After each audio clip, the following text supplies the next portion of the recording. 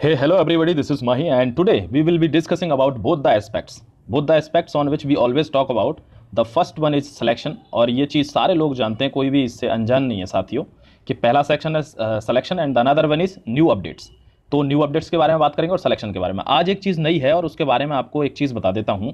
वो नई इन्फॉर्मेशन क्या है साथियों, वो है कि अब आज से हम जो सिलेक्शन बताएंगे आगे, तो वो सिलेक्शन बताएंगे आज का ही, करंट का, यानी आज बताऊंगा मैं 12 जुलाई का सिलेक्शन। ठीक है, अब हमने सैटरडे तक का सिलेक्शन डिस्कशन कर लिया था, अब मैं 12 जुलाई का यानी आज का ही अब एकदम नया सिलेक्शन बताया करेंगे उसी दिन का। ठीक है, क्योंकि फिर लोग कहते हैं सर ये पिछले दिन का है, ये अगले दिन का है, तो इसलिए हम करंट का ही बताया करेंगे। अब तो आज बात करेंगे 12 जुलाई के सिलेक्शन के बारे में और 12 जुलाई की ही न्यू अपडेट्स के बारे में।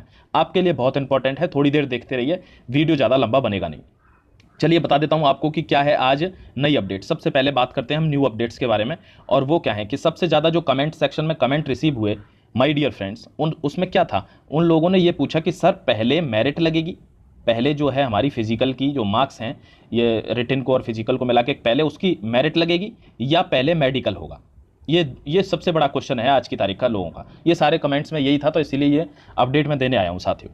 अच्छा, एक चीज़ और ध्यान रखें, अब नीचे कुछ लोग कमेंट करेंगे सर फिजिकल में भी मार्क्स मिलते हैं क्या? नहीं दोस्तों, फिजिकल केवल क्वालिफाइंग नेचर का है, इसमें कोई मार्क्स नहीं मिलते। आपके जितने भी मार्क्स हैं वो नॉर्मलाइज्ड हों, जैसे भी हों, वो सारे उनके आधार पर ही मेरिट लगेगी। फिजिकल सिर्फ क्वालिफाइंग है आपका। ठीक है, अब सबसे बड़ा जो क्वेश्चन है वो पहले वो देख लेते हैं कि पहले मेरिट या पहले मेडिकल, ये दोनों चीज़ों में से एक चीज़ पहले होगी। तो साथियों आपको बता देता हूं कि सबसे पहले मेरिट लगेगी। अब आपका फिजिकल हो गया, जो लोग फिजिकल में क्वालिफाई हो गए हैं वो, और जो होने वाले हैं वो, उन लोगों की सबकी मार्क्स लगा के मेरिट लगेगी सबसे पहले आप। ठीक है, अब मेरिट का टाइम मैं आपको बता देता हूं। जैसे 26 को लगभग फिजिकल खत्म हो जाएंगे, जुलाई को, 26 जुलाई को जब फिजिकल खत्म होंगे, उसके बाद लगभग 15 से 20 अगस्त तक आपका डेफिनेटली मेरिट लग जाएगी, जो मेरिट है। ठीक है, उसके बाद आपके मेडिकल के जो कॉल हैं वो आना शुरू हो जाएंगे और फिर आपका मेडिकल चलेगा। तो अब एक चीज़ क्लियर हो गई कि पहले होगा मेरिट लगेगी और फिर बाद में होगा आपका मेडिकल। ठीक है, अब दूसरी अपडेट दे देता हूं। नंबर 2 अपडेट क्या है साथियों? नंबर 2 अपडेट है कि सर अगर मैं मेडिकल में पास हो गया, सारे लोग, जैसे मान लो मेडिकल में, आपको एक सिनेरियो बता देता हूं कि मेडिकल में लगभग 2 से 2.5 गुने लोग बुलाए जाएंगे मेडिकल में। ठीक है, अब मान लो हमारे सिलेक्शन हो गए, जैसे 12 से 14 हज़ार लोग तो बुला ही जाएंगे मेडिकल में। अब क्यों, इसका मतलब क्यों है? इसका मतलब इसलिए है साथियों, अगर इतने लोग क्वालिफाई होते हैं तो ये बुलाए जाएंगे मेडिकल में। क्यों? क्योंकि जो हमारी वैकेंसी है वो कितनी है, 5800 प्लस कुछ वैकेंसी हैं। तो इसका 2.5 गुना अगर हम करेंगे तो वो 12 से 15 हज़ार ही होगा, तो 12 से 14 हज़ार स्टूडेंट बुलाई जाएंगे। अब क्या हुआ, मान लो अब आपका हुआ मेडिकल साथियों। ठीक है, सबका क्या हो गया, मेडिकल, सबको हॉस्पिटल्स अलॉट हो गए और सबका हो गया मेडिकल। अब मान लो मेडिकल में आप हो गए पास। ठीक है, तो मेडिकल में पास हो गए तो आपको मेरिट में तो जगह मिलेगी, लेकिन मेरिट में जगह मिलेगी, फिर क्या होगा, मेडिकल भी हो गया। लेकिन क्या सारे जिनके मेडिकल में फिट हो जाएंगे सबको ज्वाइनिंग लेटर मिलेगा? तो इस चीज़ की सबसे बड़ी जानकारी आपको देता हूं साथियों, सबको ज्वाइनिंग लेटर नहीं मिलेगा। मेडिकल होने के बावजूद भी लोग निकलेंगे, और वो कैसे निकलेंगे, जिनके मार्क्स थोड़े कम रह जाएंगे मेरिट से। हालांकि आप बिल्कुल परेशान ना हो, मेरिट बहुत कम लगेगी, जितना कट ऑफ बताइए उतनी ही। लेकिन अगर किसी के उसमें भी 0.5 या 0.1 या 1 या 2 नंबर कम रह जाएंगे तो वो फिर मेडिकल में उसको ज्वाइनिंग लेटर नहीं आएगा, क्योंकि ज्वाइनिंग लेटर तो सिर्फ 5800 का ही बनना है। इतनी बात क्लियर है आपको? अब एक नई अपडेट दे देता हूं जिसकी वजह से लोग परेशान है साथियों, और वो है लेसिक। लेसिक सर्जरी क्या है? देखो, लेसिक सर्जरी कुछ नहीं होती, जो हमारा आंख होती है उसका जो रेटिना होता है उसको बस क्या होता है कि उसकी शेप को चेंज कर देते हैं लेजर की हेल्प से। ठीक है, लेजर की हेल्प से वो मुड़ जाता है, तो उसको थोड़ा सा स्ट्रेट करते हैं, जिसकी वजह से आपका विजन फिर से क्लियर हो जाता है और आपको देखने में फिर से हेल्प होती है, वैसे ही साफ दिखता है। तो ये आंख को सही करने का एक तरीका है साथियों, ये बहुत ही अच्छा तरीका है, बहुत ही लेटेस्ट टेक्नोलॉजी है। इसका एक ओल्ड वर्जन भी है, एक न्यू वर्जन भी है। ठीक है, तो आप कोशिश करो, अगर आपको कोई प्रॉब्लम है आंख में तो आप कुछ ना कुछ सर्जरी तो जरूर करवाएं। उसकी कुछ जो देसी चीज़ें हैं वो चीज़ें लें, योगा करें, इन चीज़ों से आपको अगर हेल्प मिलती है तो जरूर कर लें। अभी 1 से 1.5 महीना या 2 महीना अभी है मेडिकल में, तो आपके पास बहुत वक्त है। ठीक है, तो इस चीज़ को आप जरूर कर लें, मेरी ये आपसे रिक्वेस्ट है।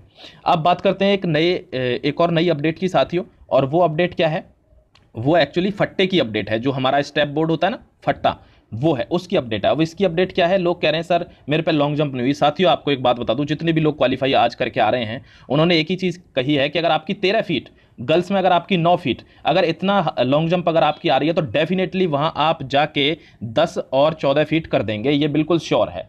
फट्टे का तो मैं आपको पर्सनल वो बता देता हूँ एक्सपीरियंस कि फट्टे का कितना फ़ायदा होता है कि जब हम इस पे से जंप लेते हैं साथियों, जब हम यहाँ से जंप लेते हैं तो ऑटोमेटिकली आपका ऐसा जो है प्रोजेक्शन बन जाता है कि आप 1 फीट या 1.5 फीट आगे ही जाके गिरेंगे, वहाँ से जंप अच्छी बन जाती है। तो जिनके मैदान में फट्टा है वो बहुत ही अच्छा उनके लिए फ़ायदा होने वाला है। अब जिन गर्ल्स का वजीराबाद और झड़ौदा कला में जो वो आएगा फिजिकल आगे 19 तारीख के बाद, उनको बहुत फ़ायदा मिलने वाला है क्योंकि इन्हीं दोनों ग्राउंड पर फट्टा अवेलेबल है।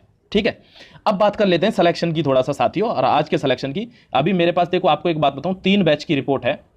3 बैच की रिपोर्ट में क्या हुआ है, पहले बैच में जो है 31 लोगों ने रेस क्वालिफाई की थी 50 में से, और उनमें से 26 फाइनली क्वालिफाइड हो गए। समझ गए, इनमें एक इंजरी में निकल गया, 2 लॉन्ग जंप में, इस टाइप से 1-2 बच्चे निकल गए। जब दूसरा बैच दौड़ा था सुबह तो उसमें से 37 लोगों ने रेस क्वालिफाई की 50 में से, और 32 का फाइनली सिलेक्शन हो गया। तो अब इससे एक चीज, अच्छा तीसरे दिन का वो तीसरे बैच का और बता देता हूं। तीसरे बैच में साथियों 29 लोगों ने रेस क्वालिफाई की और उसमें से 24 लोग फाइनली सेलेक्ट हो गए। तो अब आप एक चीज समझ गए कि 26, 32 और 24, यानी जो सिलेक्शन रेशियो है वो अभी भी इंक्रीज होकर चल रहा है। तो आपको एक चीज समझ जानी है यहां पे, और वो क्या है कि आराम से सिलेक्शन हो रहा है अभी भी। अभी जो मैं बोल रहा था, यानी अभी वो मंजर नहीं आया, वो मंजर आएगा 19 तारीख के बाद। हो सकता है वो मंजर आए बॉयज में 15 तारीख के बाद, 15, 16, 2 दिन में काफी स्ट्रिक्ट जो है अगर ये फिजिकल हो सकता है, क्योंकि नंबर ऑफ कैंडिडेट्स कम करने पड़े। अभी तो नंबर ऑफ कैंडिडेट बहुत ज्यादा कम है, जो लोग कह रहे थे ना सिलेक्शन बहुत ज्यादा हो रहे हैं, नहीं हो रहे, बहुत ज्यादा कम हो रहे हैं। इसीलिए उनको लगभग 12 से 14 हजार लोग तो यहाँ पे बुलाने ही हैं, 15 भले ही हो जाएं लेकिन कम ना रहें। इसलिए ये लिवरेज चल रही है, अभी भी अच्छे स्टूडेंट सेलेक्ट हो रहे हैं। तो आपका पूरा मौका है, एटलीस्ट फिजिकल में बिल्कुल मत चूकना। कह रहे हैं कि जिसकी रेस हो रही है वो ऑलमोस्ट अपने आप को पास समझ ले, अगर उसको कोई बहुत बड़ी प्रॉब्लम नहीं है, कोई इंजरी नहीं है या लॉन्ग जंप वगैरह में बिल्कुल पीछे ना रह जाए बहुत ज्यादा। एक चीज का ध्यान रखना है कि फाउल नहीं करना है। ये जो फट्टा है इसके पास, या जो लाइन है चूने की, इसके पास फाउल नहीं करना है आपको। बस आगे जाके थोड़ा बहुत कमी भी सी रहती है तो वो पूरा करते हैं, फाउल का ध्यान रखना है आपको। ठीक है, तो अब एक चीज और बता दूं आपको, ग्राउंड्स जो हैं, जितने भी ग्राउंड हैं, एनपीएल हो, वजीराबाद हो या जेके हो, तीनों ग्राउंड बहुत बेहतरीन हो चुके हैं साथियों रेस के लिए। तो बिल्कुल भी कोई ग्राउंड की अपडेट के बारे में प्रॉब्लम ना ले कि अब ग्राउंड कैसा है, क्या प्रॉब्लम हो जाएगी मुझे रेस में, नहीं।